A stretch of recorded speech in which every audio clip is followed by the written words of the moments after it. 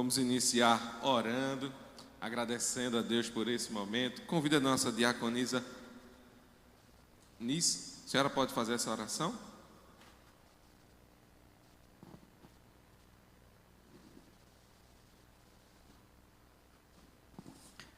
Oremos. Pai bendito, maravilhoso Deus, nós te agradecemos por essa rica oportunidade que o Senhor tem nos dado de aprender cada dia mais da Tua palavra, Senhor.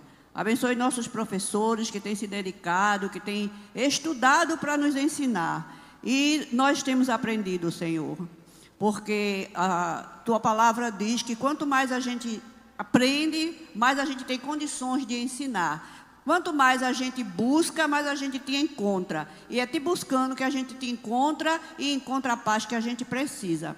Então, Pai, abençoa todos os que já chegaram, vai trazendo os outros que estão a caminho e que essa aula seja abençoada em nome de Jesus e que nós aprendamos cada dia mais de Ti. É o que nós te pedimos e já te agradecemos em nome de Jesus. Amém. Podem sentar. Abram por gentileza a sua Bíblia em Mateus capítulo 3 e vamos fazer uma leitura do 1 ao 6. Mateus capítulo 3, leitura será feita inicialmente do 1 ao 3.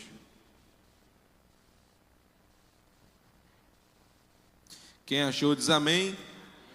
Quem não achou, diga escola dominical. Pronto, todo mundo afiado, glória a Deus. Vamos lá?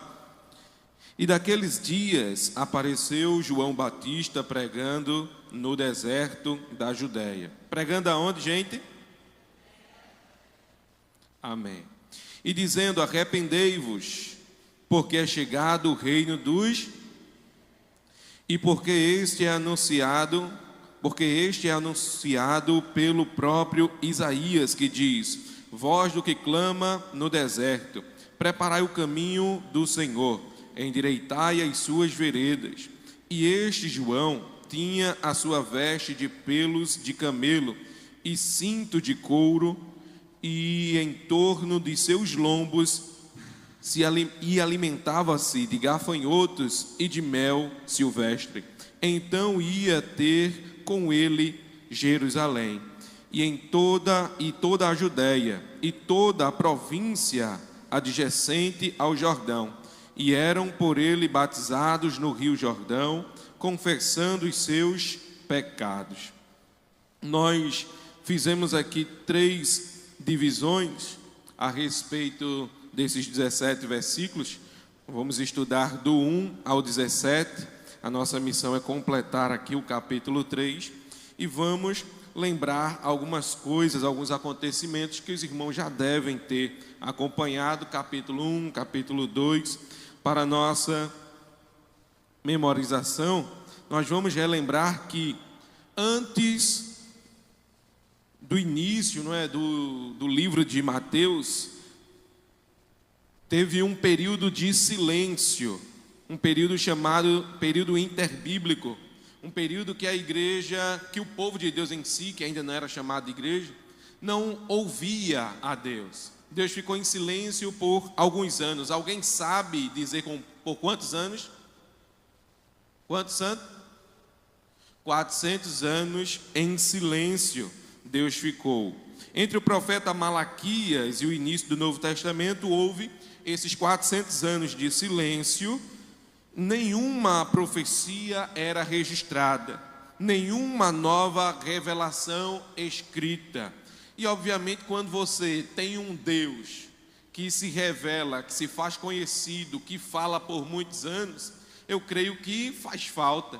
Obviamente nós nos dias atuais, a gente quando vai orar e custa a perceber ou entender a resposta de Deus, dá aquela agonia, não dá? Meu Deus, por que Deus não responde? Ou será que Ele já respondeu e eu não vi, perdi o time? Será que eu estava ocupado com alguma coisa? Nos dias atuais, se você está assistindo algum filme, você volta, não é? Se não for canal aberto, né? Canal aberto não dá para você voltar. Mas aquele particular, aquele filme, aquela série, você vai lá e volta, recapitula, lembra do que foi dito e segue a vida. Mas foi 400 anos sem nada, em silêncio. E nós vemos que o silêncio começa a ser quebrado pelo próprio Deus, enviando seu anjo para comunicar tanto a Isabel quanto a Maria o nascimento de dois instrumentos de Deus. Primeiro, João Batista, que haveria de nascer 3 meses depois. Maria recebe a visita do anjo Gabriel para que ela recebesse o próprio Jesus em seu ventre. Então nós vamos ver aqui, conforme foi lido, que ali no deserto da Judéia ia toda a população, ou a maior parte, não é, da população de Jerusalém e de toda a Judéia iam à província, iam ali à beira do Jordão ouvir alguém. E nós vemos que esse silêncio passa a ser quebrado. Um silêncio de 400 anos, onde não havia nenhum profeta comunicando, nenhum profeta guiando o povo, aparece João Batista. E ele traz palavras duras, palavras difíceis, e obviamente para todos nós é difícil ouvir, não é? Porque você passa um tempo sem ouvir Deus. Onde está Deus? Cadê Deus? Guiado por líderes religiosos, e de repente, quando aparece um suposto homem de Deus, ele começa com palavras difíceis. Então nós vamos ver que de repente surge no deserto da Judéia um homem chamado João Batista, e o capítulo 3 marca o início da quebra do silêncio e o início também do ministério de Jesus. E vamos ver aqui 3 grandes verdades. A primeira verdade é que o reino dos céus exige arrependimento. Primeira verdade que vamos ver é que o reino dos céus exige o quê? Segunda verdade, Deus rejeita a religiosidade sem fruto. O que Deus rejeita, igreja? Jesus é revelado publicamente como filho amado. Estou refazendo algumas afirmações, porque no final vamos ter algumas perguntas para vocês memorizar, daqui para o fim do ano, estarem todos prontos para mais um vestibular bíblico aí, que é sempre uma bênção, né? A gente viu como foi bom ano passado, como foi bom também a premiação, e eu fiquei olhando ali os prêmios, eita Jesus, eu podia ter tido a permissão de fazer também a provinha, não é? É bom. Eu vi que a irmã ganhou a Bíblia do expositor, eu lembro quantos meses eu juntei para comprar aquela Bíblia. Jesus, no meu tempo não tinha isso aí não. Ajudaram, cooperaram bastante. Então fica a dica aí para vocês já irem armazenando conhecimento para o vestibular bíblico no final do ano, que vai ser bênção para a glória de Deus. Então Mateus escreve para provar que Jesus é o Messias prometido. E antes do rei aparecer no caminho, ele precisava ser preparado. Alguém sabe, de acordo com a história que a gente vê tanto na escola secular, quanto olhando a Bíblia, nós vamos lembrar de alguém que aparecia antes do rei e anunciava a sua vinda. Vocês lembram qual o nome que se dava a essa pessoa?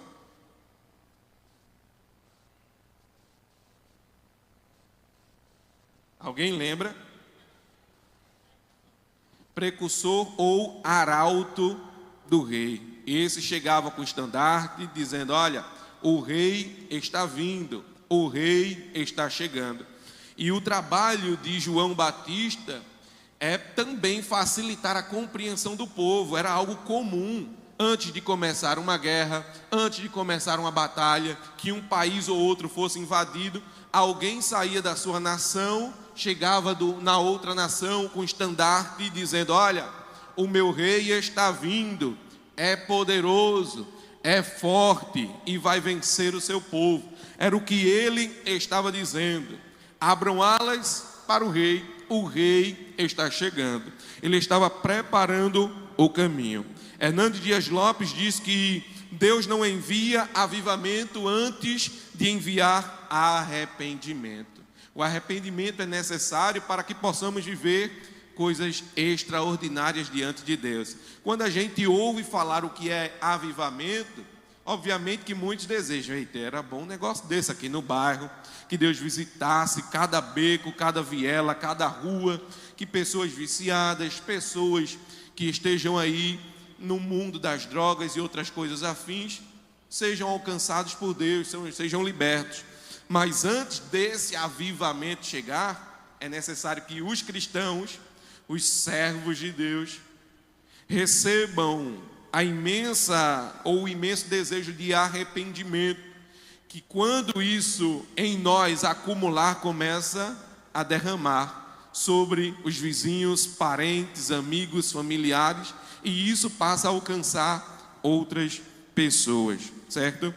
Nós temos, como eu disse, algumas separações para facilitar o aprendizado, e a primeira separação, o primeiro tópico é o arrependimento que prepara o caminho. Como nós já lemos do versículo 1 ao 6, trouxe uma palavra, separei ela aqui, e peço que os irmãos repitam comigo. Ela no grego se escreve metanoite. Alguém pode repetir comigo? Metanoite. Pronto, a palavra arrependei-vos é essa palavra metanoite, que significa mudança de mente, mudança de comportamento ou mudança de direção. O reino dos céus não começa com um espetáculo, ele começa com uma mudança interior gerado por arrependimento, mudança de mente, mudança de direção. Alguém sabe o que significa girar 180 graus? Diógenes pode me ajudar aqui rapidinho? Nosso irmão já marchou muito por alguns anos, né, no quartel. O senhor pode vir marchando daí para cá. E a gente ouvia que era para mudar, Pronto, pode vir? Meia volta, vou ver? Pronto. Isso é girar 180 graus. Muito obrigado, meu irmão. Então, o arrependimento é você estar indo numa direção e ouvir o chamado de Deus e mudar completamente a direção. E alguém lá fora vai dizer, olha como ele mudou. Mudou muito. Alguém vai dizer, da água para o vinho. Mudou. Agora ele não briga mais com facilidade, ele não arenga mais por conta de time com facilidade.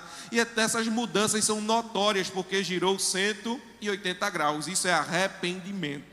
Isso é mudança de mente e mudança de direção. Aquele que roubava não rouba mais, aquele que matava não mata mais, e etc. Então entendemos que o reino dos céus começa com mudança em nossos corações. João cumpre Isaías capítulo 40, versículo 23. Nós lemos, mas alguém lembra qual foi a profecia cumprida por João Batista? Nós já lemos aqui, hein? Do 1 ao 6, nós lemos que se cumpriu a profecia do profeta Isaías, que disse: voz que clama no deserto. É o que diz Isaías 40, versículo 3. Lembrem-se disso. Avivamento começa com arrependimento. Preparação espiritual precede manifestação de poder. E obviamente todos que aqui estão querem poder impor as mãos e pessoas serem curadas. Querem poder impor as mãos e pessoas serem libertas, orar por parentes e familiares e verem eles alcançarem a Deus. Isso é poder do Evangelho, é poder de Deus. Então, preciso que cada um mentalize essa questão e possamos seguir. Deus trabalha primeiro no interior. Charles Spurgeon diz que o arrependimento é o primeiro degrau da escada que nos leva ao céu. O arrependimento é o primeiro degrau que nos leva até os céus. Então era isso que João Batista, arauto do rei, estava convidando o povo a fazer. Na história, quando estava prestes a haver a guerra, chegava o arauto do rei e gritava: é o Evangelho, é o Evangelho. Ele estava dizendo: tenho boas novas, o meu rei está chegando, o meu rei está chegando. Então, o Evangelho também é traduzido por boas novas. Boas novas para a nossa vida, é o que devemos ter diariamente, e era o que João Batista estava anunciando. Vamos ler do versículo 7 ao versículo 12.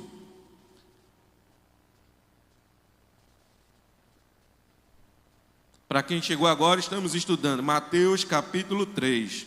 E vamos ler agora do versículo 3 ao 12, que diz: e vendo ele muitos dos fariseus e dos saduceus, que viam ao seu batismo, dizia-lhes: raça de víboras, quem vos ensinou a fugir da ira vindoura? Produzi, pois, frutos dignos de arrependimento, e não presumais de vós mesmos, dizendo: temos por pai Abraão, porque eu vos digo que mesmo destas pedras Deus pode suscitar filhos a Abraão. E também agora está posto o machado à raiz das árvores. Toda árvore, pois, que não produz bom fruto, é cortada e lançada no fogo. Versículo 11. E eu, em verdade, vos batizo com água para arrependimento, mas aquele que vem após mim é mais poderoso do que eu. Não sou digno de lavar as suas sandálias. Ele vos batizará com o Espírito Santo e com fogo. Em sua mão tem a pá e limpará a sua eira, ou seja, a sujeira, e recolherá no celeiro o seu trigo e queimará a palha com fogo que nunca se apagará.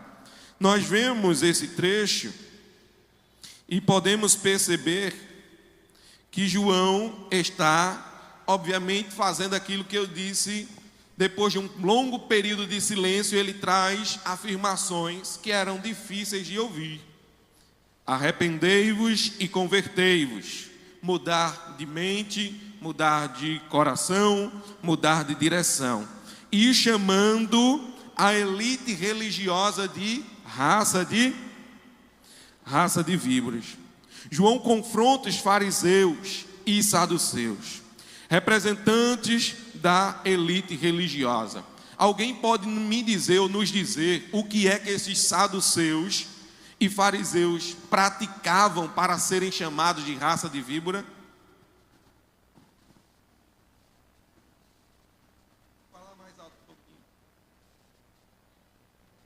Eu acho que não precisa não. O senhor disse hipocrisia, pronto, hipocrisia. Eles traziam hipocrisia, que é falar e não fazer. Induziam o povo à heresia, coisas que não estavam na lei, acrescentavam mais do que se era devido, impunhava leis, normas que eles mesmos não cumpriam.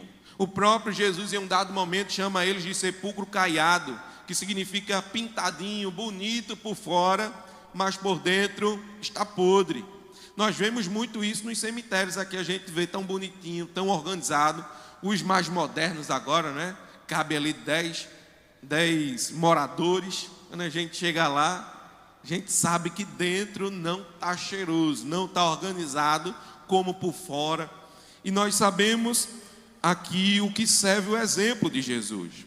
Então, ele denuncia uma segurança baseada em tradição.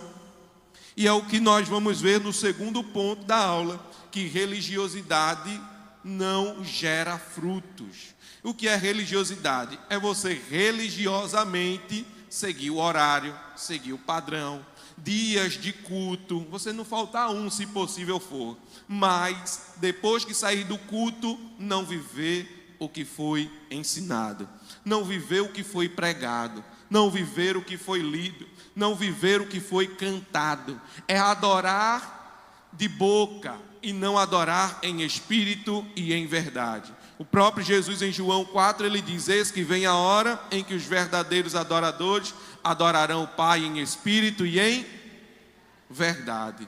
Eles não vão precisar do Monte Gerizim, tampouco do templo, para adorarem a Deus. Eles vão adorar no ônibus, na escola, na faculdade, no trabalho, em casa, no hospital, onde quer que estejam, vão elevar a mente ao Senhor e vão adorar. Os religiosos adoravam no templo, convidavam o público a ir ao templo. Quando o povo chegava para o sacrifício, rejeitava a oferta de sacrifício e dizia: compre ali, ali já está imaculado, ali já está preparado para você sacrificar. Era o que os saduceus e fariseus faziam.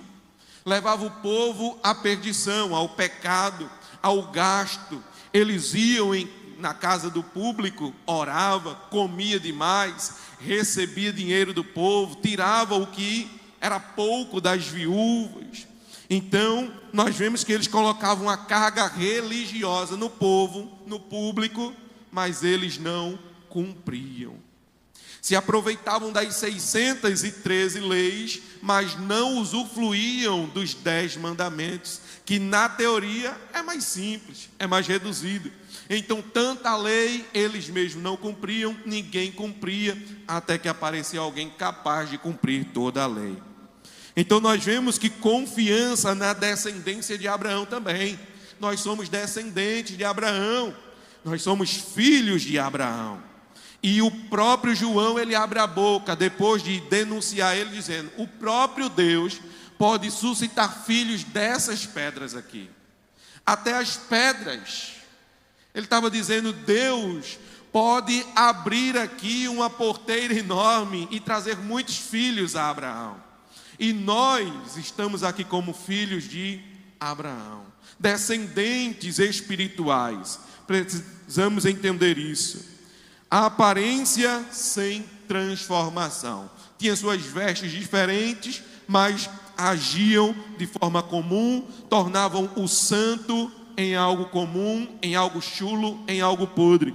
Precisamos entender isso. E nós vemos também no versículo 10, que ele diz: o machado está à raiz das árvores. Alguém sabe o que significa a expressão do machado está à raiz? É a ideia de juízo eminente. Machado à raiz significa juízo eminente. O juiz estava chegando.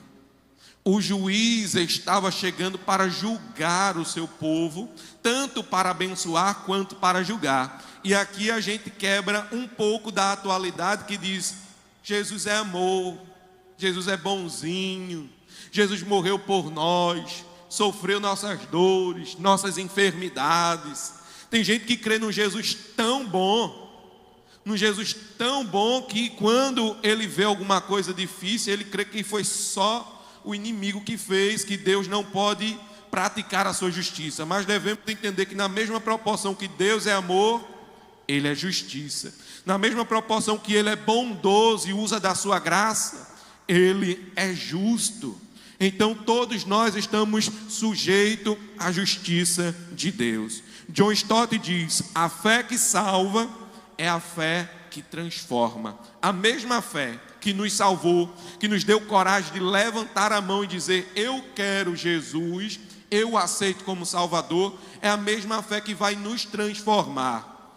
Então a gente vê também na atualidade, a lição que nós podemos tirar aqui é que Deus, Ele vai nos conduzir à fé por meio da palavra, conforme diz em Romanos. A fé vem pelo ouvir e ouvir a palavra de Deus. Pronto. Você ouviu a palavra de Deus, recebeu fé, Deus está pronto a te transformar mediante ao arrependimento, mediante a metanoia, mudança de comportamento, mudança de mente.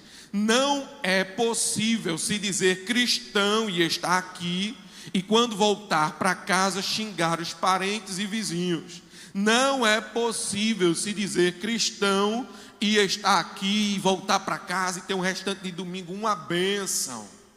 E amanhã de manhã, no primeiro ônibus da madrugada, você já chegar xingando alguém, o motorista porque parou 2, 3 metros depois da parada. Então é necessário ser cristão aqui, em casa, com os vizinhos, no trabalho, no ônibus, em qualquer lugar. Isso deve permanecer. Deus busca fruto e não aparência. Deus busca pessoas convictas de que Ele é Senhor. Tradição não substitui conversão. Religiosidade é tradição. Tradicionalmente chega cedo, tradicionalmente vai para casa, tradicionalmente abre a Bíblia, tradicionalmente ora no culto. Tradição. Nós devemos entender que conversão é totalmente oposto, como o nosso irmão Diógenes mostrou aqui, marchando. Nós precisamos lembrar que o reino traz graça, mas também traz juízo. Favor imerecido, bondade, misericórdia de Deus, é quando ele diz: o machado está à raiz. Ele deixa crescer, ele dá o crescimento, e ele permite que tenha frutos. E conhecemos a árvore pelos frutos. Mas quando não produz, quando não evolui, porque ele investe, ele dá o crescimento, ele dá o alimento, mas como diz João 15, ele é o agricultor. Aquele ramo que não dá fruto, ele corta. Precisamos entender isso. Vemos aqui no versículo 11 e versículo 12, duas linhas teológicas à nossa disposição. Que duas linhas é essa? A primeira, a que nós seguimos. O meio pentecostal acredita que o batismo com o Espírito Santo e com fogo são a mesma coisa. Estou apresentando as duas porque é necessário a gente entender os dois viés.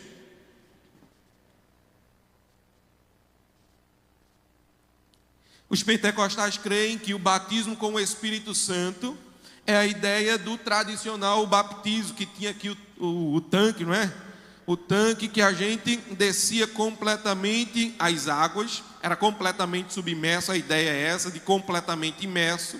Quando levantávamos depoimento público de arrependimento, eu estou disposto a aceitar o sacramento, o arrependimento, estou disposto a aceitar o compromisso de servir a Cristo publicamente e também de expressar diante de Deus o meu voto mais uma vez de que eu quero estar fazendo parte do seu corpo, das suas normas, das suas regras, eu quero estar na igreja.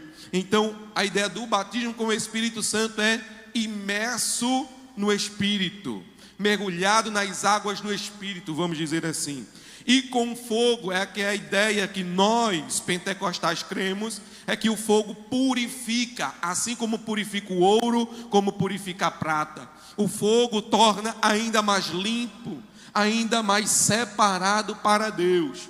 Já a outra linha teológica, que é dos mais tradicionais, eles creem que o batismo com o Espírito Santo é no ato da conversão e creem também que o fogo é outra coisa, é juízo e não purificação. Creem que o fogo é quando o mesmo Jesus que veio para batizar com o Espírito Santo, ele voltará para julgar aqueles que não o serviram e jogar no fogo. Todos entenderam até aqui? Há alguma dúvida? Aproveita que a pastora está ali, viu, gente? Pode.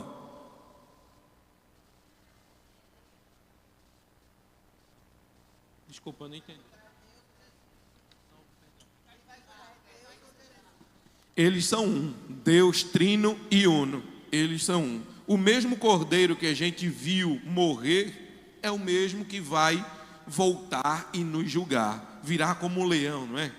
Então, o mesmo que foi como um sacrifício voltará como juiz, Rei dos reis, Senhor dos senhores, toda a língua o confessará, todo joelho se dobrará, é o que diz lá em Filipenses capítulo 2, certo?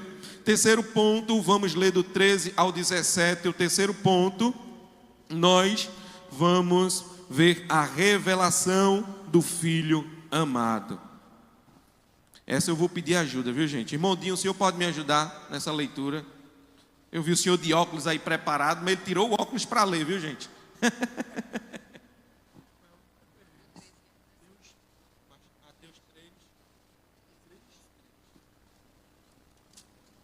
Amém, glória a Deus. Soldado perto de quartel quer serviço, né, Gabriel? Qual é o versículo? 17, é? Do 13 ao 17. Amém. Então veio Jesus a Galiléia ter com João junto ao Jordão, para ser batizado por ele. Mas João apoiou-se-lhe, dizendo: eu careço de ser batizado por ti, e vim tu a mim? Jesus, porém, respondeu, disse-lhe: deixe por agora, porque assim como nos convém cumprir toda a justiça. E então permitiu. E sendo Jesus batizado, subiu logo da água, e eis que se lhe abriram os céus, e viu o Espírito de Deus descendo como uma pomba, e vindo sobre ele. Eis que uma voz dos céus dizia: este é meu Filho amado, em quem me comprazo. Olha, gente, no outro domingo podem sentar perto do professor, viu? Não fujam, não. Porque o microfone vai até vocês, tá? Eu pensei, então eu usei Diógenes aqui, nosso irmão Dinho, aí os outros não vão querer sentar aqui domingo que vem. Podem sentar, viu? Então nós vemos aqui, meus irmãos, mais um trecho que nos permite entender a revelação do Filho amado. E nós vamos entender que o próprio Jesus, ele vai até o local de batismo. E vamos ver em João, quando ele diz, eis o Cordeiro de Deus que tira o pecado do mundo. Aqui algumas pessoas já estavam achando, ou poderiam achar, que João Batista era o Messias, que ele já era grande demais, que ele já estava anunciando e fazendo coisas que não era comum nos últimos 400 anos. Havia um silêncio que foi quebrado por João Batista. Havia um costume, tradição que estava sendo quebrado por João Batista. Estava inaugurando o batismo, como disse o nosso irmão Isaías de manhã, João Batista. Então pessoas começavam a ver, não, João Batista está crescendo, é um maioral, está grande, é um profeta, homem de Deus. E ele vendo isso, desde os outros versículos, ele já começa a dizer, não, eu não sou maior, eu não sou melhor, eu não sou melhor do que ninguém, mas vai vir um que vai batizar vocês com o Espírito Santo, com fogo. Eu não sou digno de desatar as sandálias dos seus pés. Ele tem o juízo, a autoridade de julgar, que é o que diz o versículo 12. E ele entra aqui nesse trecho mostrando que este homem chegou, o Cordeiro de Deus que tira o pecado do mundo. Na nossa mente de pregador, que a gente imagina um bocado de coisa, e a gente vai ver se é de acordo com a palavra, não é? Então, de acordo com a palavra, a gente pode subentender que esta exclamação do João Batista ecoou pela eternidade, pelo o âmbito espiritual, todos olhando para o mesmo local. Todos viam o povo morrer, todos viam o povo perecer, e de repente a exclamação de João Batista convidou anjos, potestades, principados, Satanás e seus demônios olhando para um único lugar. Imagine comigo, alguém dizendo, eis o Cordeiro de Deus que tira o pecado do mundo. Glória a Deus por isso. E nós vemos que João estava destacando, eu sou menor, não sou digno de desatar, ou de amarrar, ou de tirar o laço da sua sandália. Eu não sou digno de fazer isso. E ele começa a mostrar aqui que Jesus não foi batizado por conta do seu pecado, mas para cumprir para cumprir as Escrituras. Fiquem ligados aí. Cumprir as Escrituras. E nós vemos que Jesus foi batizado também para se identificar-se com os pecadores. Eu, quando adolescente, eu contei isso de manhã, eu vou contar de novo. Tinha um dos presbíteros ali, era da Assembleia, que ele chegava para mim: Gabriel, você é melhor que Jesus? Não, não sou não. Você é melhor que Jesus. E para quem estava do lado, ele dizia: ele é melhor que Jesus, viu? E seguia, eu passei quase umas 2 semanas com isso na cabeça. Por que ele diz isso? Completei a idade do batismo e eu não queria batismo, eu queria jogar bola. Eu queria viver no mundo, por aí afora, batendo bola. Os irmãos saíam ao campo no domingo de manhã, eu saía para o campo para jogar bola. E eu não faltava, escola dominical eu estava lá, doutrina eu estava lá, está ali minha professora de escola dominical na adolescência. Ela já fez assim, ó. A nossa irmã Rosilene, ela estava lá vendo isso. E eu não queria batismo, não. Queria o descompromisso. Aquele que foge do batismo nas águas, mesmo estando inserido aqui, ele está na religiosidade. Ele vai aos cultos, está presente, participa das viagens, participa dos momentos bons, legais, interessantes da igreja, ajuda, coopera, mas com Deus. E assumir um compromisso era o que eu não queria. E é o que muitos também não querem. Então, quando ele diz: você é melhor do que Jesus, eu passei um tempo e fui ler. Entendi. É porque eu não quero me batizar, não quero descer as águas. Passou-se anos e só vim me batizar aqui na igreja de Deus, assumindo o compromisso, mas porque eu também entendia que deveria mudar, deveria deixar coisas para trás. E eu não queria, por isso eu não desci as águas, eu não aceitei. Então, naquele momento que aceitei, aprendi, compreendi e desci as águas, a vida muda. É um depoimento público, eu estou inserido, não só inserido, eu sou parte, eu sou corpo, eu estou com Cristo, eu estou com a igreja, eu estou no rumo com eles aos céus. É quando você diz isso. Então Jesus não precisava, mas ele fez e serviu para mim um ensinamento. Eu não sou melhor que Jesus, eu preciso do batismo, eu precisei do batismo.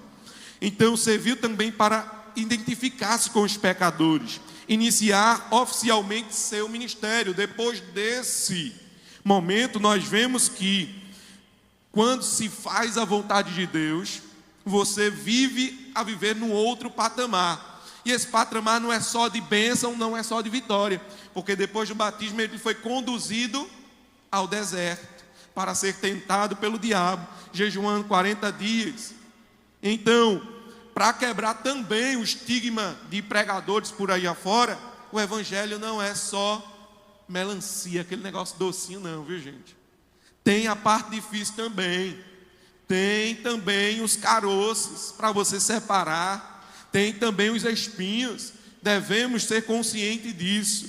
O próprio Jesus foi batizado, desceu as águas, teve a declaração importantíssima a seu respeito e depois prova, dificuldade, aperreio. Então nós precisamos ser conscientes disso. Cumpriu toda a justiça de Deus. Aqui vemos também a manifestação clara da Trindade. Quem pode me dizer qual foi a declaração clara da Trindade?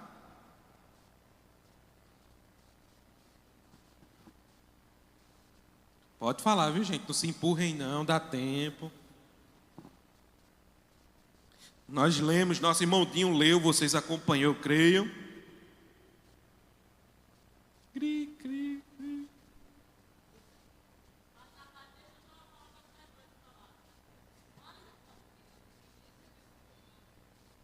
A declaração clara da Trindade, essa é uma das partes, né? A declaração clara da Trindade, um Deus triniuno, como eu tinha respondido a nossa irmã aqui, é o Filho nas águas, sendo batizado, o Espírito Santo em forma corpórea de uma pomba, significado ali, descendo sobre Jesus, e a voz do próprio Deus, o Pai, declarando: esse é o meu Filho amado, a quem me comprazo. Então nós vemos isso, Filho nas águas, o Espírito descendo sobre ele e o Pai declarando. Agostinho de Hipona diz: o Senhor foi batizado para santificar o batismo. Por isso nós chamamos de sacramento, um negócio separado, à parte, que não pode ser feito por qualquer um e não pode ser feito de qualquer maneira. Hoje nós vemos aí famosos sendo batizados nas águas por coach. Misericórdia, me ajude.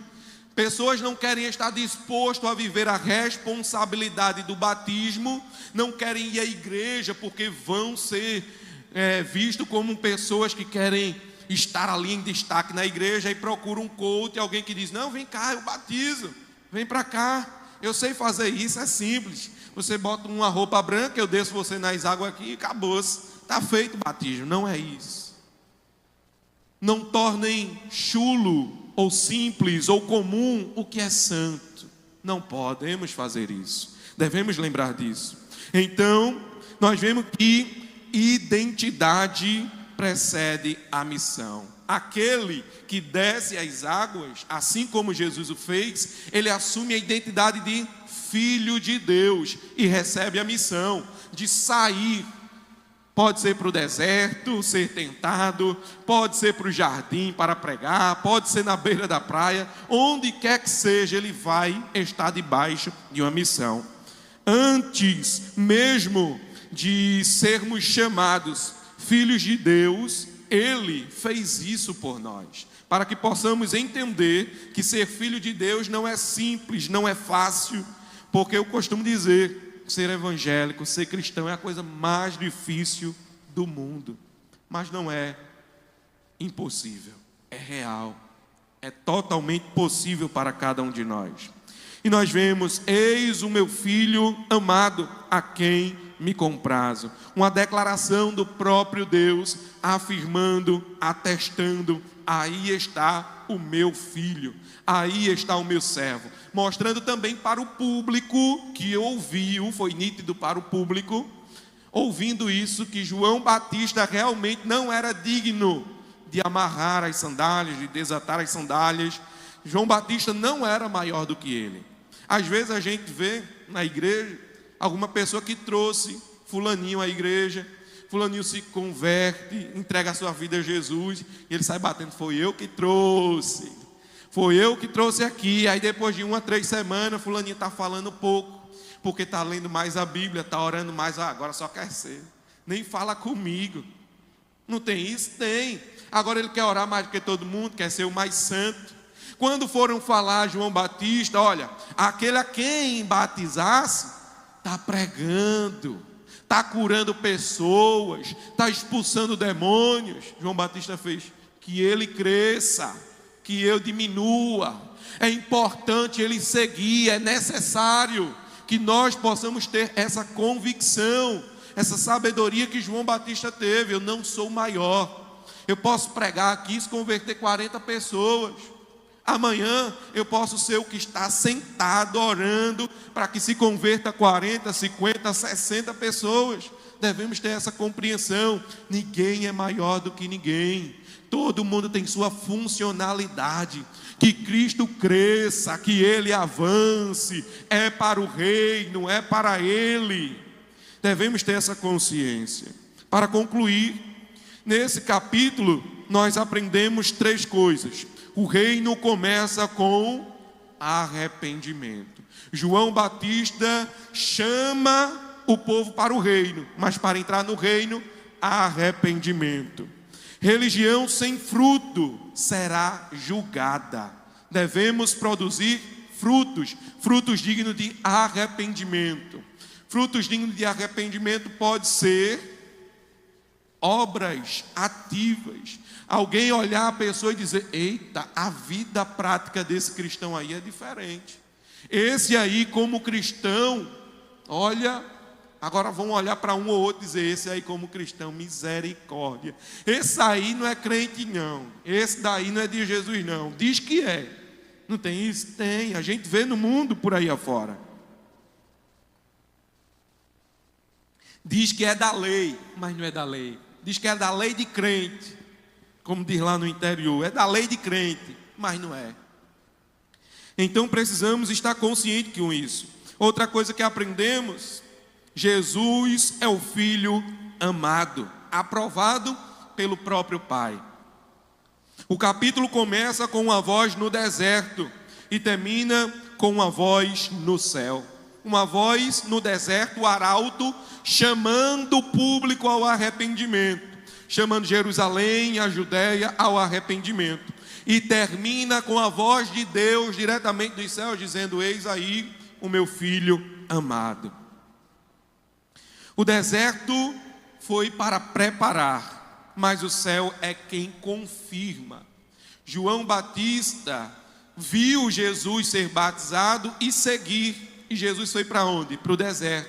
Foi para a provação, foi para a dificuldade. Mas o céu foi quem o confirmou como filho. Então não é apenas o processo, o ato, mas a vivência, a convivência de estar em Deus. O caminho do nosso coração está preparado para receber o Rei? Lembramos que aprendemos outrora, desde a infância, a orar nas escolas antes de entrar, o Pai Nosso que está nos céus. Hoje é muito pouco orado, muito pouco feito, mas nós orando a oração dominical, nós dizemos: Pai Nosso que está nos céus, venha a nós o vosso reino, seja feita a vossa vontade. Então, para que seja feita a vontade dele, nós permitimos primeiro ele entrar, o reino dos céus ser aceito. Para receber o reino dos céus precisamos de arrependimento. Não basta apenas conhecer o texto, é necessário responder a mensagem do texto, o convite do texto, a convocação que o texto faz a nós. É necessário, tá certo? Então, quem não responde o convite do texto vive em religiosidade. Quem não vive segundo as orientações de Deus, vive segundo a religiosidade. Era o que os saduceus e os escribas viviam. Eles não viviam o manual da Torá, né? Os primeiros 5 livros da Bíblia. Eles viviam por religiosidade. Quando observarmos os primeiros 5 livros da Bíblia, vamos observar que é um manual como se aproximar, como adorar, como servir, como glorificar a Deus, como ser santo, como ser separado. Se eles observassem e praticassem, aquela atualidade, aquela época seria diferente. Mas eles assim não o fizeram. Pode falar, pastora.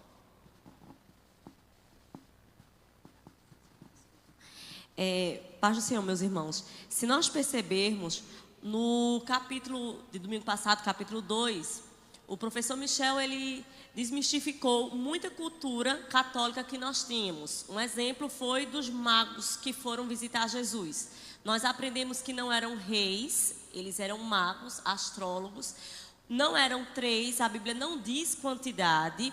Também não diz que quando Jesus nasceu, estava lá na manjedoura, ele chegou. Não, nós aprendemos que Jesus já tinha na faixa de quase 2 anos, quando os magos do Oriente vieram até Jesus. Aqui no capítulo 3, nós aprendemos também algo que nós precisamos desmistificar, que a Igreja Católica ensina. Quem já viu uns cordõezinhos ou umas imagens de uma pomba? E o que é que a Igreja Católica diz? Que o Espírito Santo é uma forma de pomba. Preste atenção, no capítulo 3, diz: quando Jesus ele é batizado, desce o Espírito Santo como uma pomba. Como não é uma pomba. Como dava-se a notar-se que era uma pomba. Mas veja, lá em Atos, vê-se o Espírito Santo sobre as pessoas como chamas de fogo sobre a cabeça das pessoas. Aí fica a pergunta: o Espírito Santo é uma pomba, como a Igreja Católica fala? Não. O Espírito Santo é uma flâmula, uma chama de fogo sobre as cabeças? Não. E qual é a forma do Espírito Santo? Ora, o Espírito Santo é um espírito. E espírito, ele não tem forma. Então preste atenção, o Espírito Santo, ele não tem forma. Então não adianta você, eu acho tão lindo, eu amo o Espírito Santo, eu vou comprar aquela imagem da pomba, colocar na minha parede e dizer que é o Espírito Santo. Ali não é o Espírito Santo. O Espírito Santo, ele não tem forma. Dani, então por que é que a gente acredita? Porque justamente são culturas católicas que nós trazemos e às vezes não percebemos. E a gente deve lembrar que são símbolos, certo? Símbolos do Espírito Santo. Símbolo do Espírito Santo: pomba, vento, vinho, água, fogo. São símbolos do Espírito Santo, tá? Não significa que é o Espírito Santo. O próprio Jesus disse que o Espírito é como o vento, que não sabe para onde, que nós não sabemos para onde vai nem de onde vem. Isso para que nós possamos entender, não devemos materializar. Amém? Muito obrigado, pastor. Vamos concluir aqui. A última observação é que a voz que ecoou no deserto ecoa também dentro de nós. Eis o Filho amado. Aquele que é filho de Deus, ele recebe a testificação do Espírito Santo. O Espírito Santo está ali do lado ou já dentro, dizendo: você é filho. Você não é mais criatura, você é filho, você é servo de Deus, você precisa dessa confirmação. Então, nós precisamos guardar os aprendizados para serem aplicados no dia a dia, desmitificar muita coisa que é pregado, tradição, coisas que são impostas, devemos sempre observar. Vou trazer aqui algumas perguntas para os amados irmãos. Temos aqui 9 minutinhos para concluir, agora 8 minutos para concluir. A primeira pergunta: o que significa arrependimento no grego? Vocês lembram? Eu pedi para a igreja repetir. Pronto, metaneu. Ou metanoia, mudança de mente, mudança de comportamento. De acordo com Diógenes aqui, praticado o exemplo, mudança de direção. Segunda pergunta: o que João anunciava? Vamos, gente, se empurrem não, dá para falar, viu?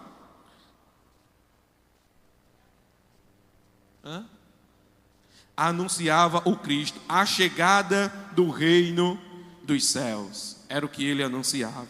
Terceira pergunta: qual profecia João cumpriu? Isaías 40, versículo 3. Amém. Quem eram os fariseus? Grupo. Estou ajudando. Estão com medo. Eu vou levar o microfone até aí não, mas talvez se eu levar, responde, né? Raça de víbora, a irmã está dizendo aqui. Com certeza eram. Um grupo de religiosos e grupo de tradições, era o que eles empunhavam sobre o povo, né? Grupo religioso na lei e na tradição. Quinta pergunta: o que significa produzir frutos dignos de arrependimento? Eu falei essa agora há pouco, hein? Está fresquinha na mente, não está? Frutos dignos de arrependimento. Demonstrar transformação prática na vida. É ler, assimilar e praticar. Aquele que se entrega a Deus, ele muda o comportamento, ele pratica o que lhe é ensinado, ele pratica o que lhe é lido, o que é lhe passado, certo? Sexta pergunta: o que simboliza o machado, a raiz? Agora foi, ô glória! O juízo eminente de Deus. Sétima pergunta: por que Jesus foi batizado? Vamos lá, gente. Santificar o batismo para se identificar com os pecadores. Mais uma resposta serve. Mais uma. Para se cumprir a lei, para que toda justiça de Deus fosse cumprida. Oitava pergunta: o que aconteceu no momento do batismo? O céu se abriu e o que mais?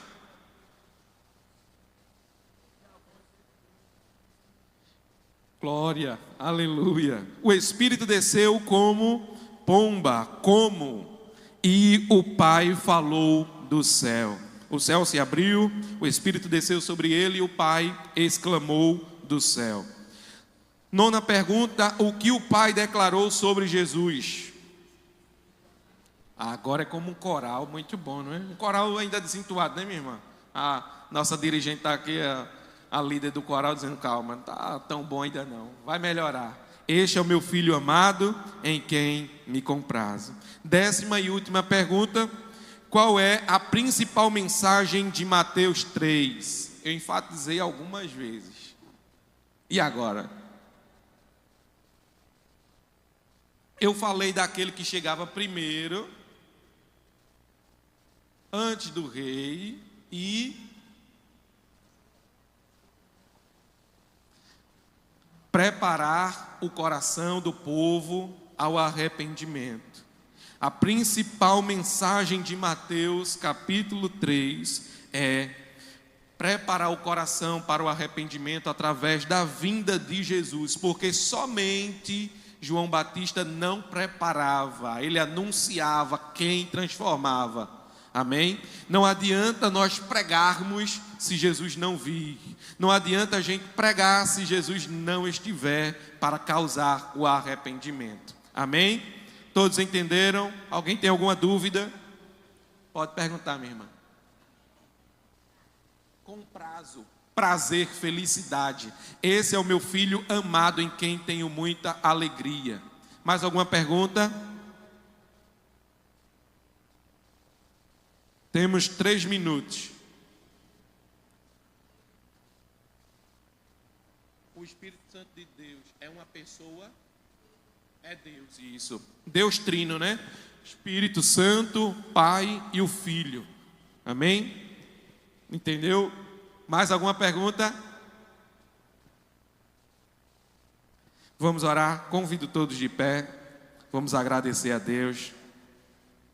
Quando vai sugestão para vocês, quando vocês forem estudar o capítulo 4 para a próxima aula, acompanhem cada versículo se puderem e vão perguntando ao texto, caderninho do lado, perguntando: o que é isso? O que é aquilo? Vocês vão absorver melhor as perguntas e respostas daquele capítulo e assim sucessivamente, para a nossa vida prática, nós podermos praticar melhor. Amém? Vamos orar. Senhor Deus, muito obrigado por tua bondade e misericórdia.